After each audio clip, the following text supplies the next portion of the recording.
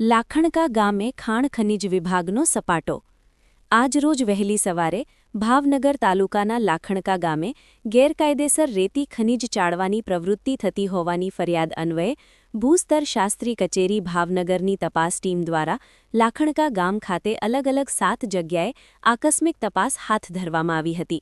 તપાસ દરમિયાન વિસ્તારમાં અલગ અલગ 7 જગ્યાએ રેતી ખનીજ ચાળવા માટેના 7 ચારણા તેમજ ચારણા સાથેની અન્ય સામગ્રી સાથે અલગ અલગ 7 ઈસમો રણછોડ બચ્ચુભાઈ ખસિયા, મુન્ના પ્રેમજીભાઈ ખસિયા, અશ્વિન ભૂપતભાઈ ખસિયા, બીજલ હરજીભાઈ ખસિયા, દીપક કાંજીભાઈ બારિયા, ભોપા ખોડાભાઈ બારૈયા તથા મુન્ના ઘુસાભાઈ ચૌહાણ તમામ રહે લાખણકાવાળાઓ ગેરકાયદેસર રેતી ચાળવાની ખનિજ પ્રવૃત્તિ કરતા હોવાનું જોવા મળેલ, જેથી અલગ અલગ વિસ્તારમાંથી કુલ 25 લાખનો મુદ્દામાલ સીઝ કરી જીએમડીસી તગડી ખાતે અટક રાખવામાં આવી આગળની કાયદેસરની કાર્યવાહી હાથ ધરવામાં આવી હતી।